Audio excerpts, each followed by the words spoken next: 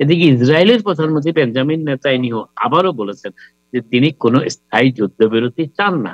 হামাসের সাথে ইসরায়েল স্থায়ী যুদ্ধবিরতিতে সম্মত হচ্ছে না, যেটি অন্তত যুক্তরাষ্ট্র এবং আরো কয়েকটি দেশ, জাতিসংঘ এই ধরনের একটি প্রস্তাব পাশ হয়েছে শান্তি চুক্তির ব্যাপারে, যেখানে যুক্তরাষ্ট্রের সমর্থন রয়েছে। কিন্তু ইসরায়েলের প্রধানমন্ত্রী নেতানিয়াহু আজ একটি দীর্ঘ সাক্ষাৎকারে তার সমর্থিত একটি টেলিভিশনকে তিনি বলেছেন আজকে যে ইসরায়েলের জন্য স্থায়ী যুদ্ধবিরতির কোনো বিষয় নয়, কারণ ইসরায়েল মনে করে যে সাময়িক একটি যুদ্ধবিরতি ইসরায়েলের জন্য প্রয়োজন, যে যুদ্ধবিরতির মাধ্যমে হামাস রাজি হবে যে এখনো পর্যন্ত যে সমস্ত জিম্মিরা আটক আছে তাদের কাছে, তাদেরকে যেন ইসরায়েলের কাছে ফেরত পাঠানো হয়, ফেরত দেওয়া হয়।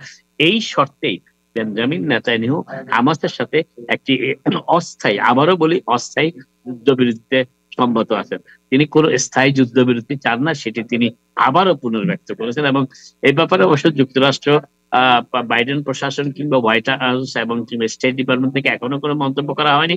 সর্বশেষ যে মন্তব্যটি করেছিলেন সেটি স্টেট ডিপার্টমেন্ট থেকে বলা হয়েছিল যে যুক্তরাষ্ট্র এখনো বিশ্বাস করে যে একটি স্থায়ী যুদ্ধবিরতি সম্ভব, কিন্তু যুক্তরাষ্ট্র প্রথমে এই স্থায়ী যুদ্ধবিরতি না হওয়ার জন্য হামাসকে দোষারোপ করার চেষ্টা করেছিল যে হামাস অনমনীয় মনোভাবের দৃষ্টি দেখাচ্ছে। কিন্তু এখন দেখা যাচ্ছে না, ইসরায়েলের প্রধানমন্ত্রী বেঞ্জামিন নেতানিয়াহু আজ স্পষ্ট করেছেন যে তিনি হামাসের সাথে কোন স্থায়ী যুদ্ধবিরতি চান না।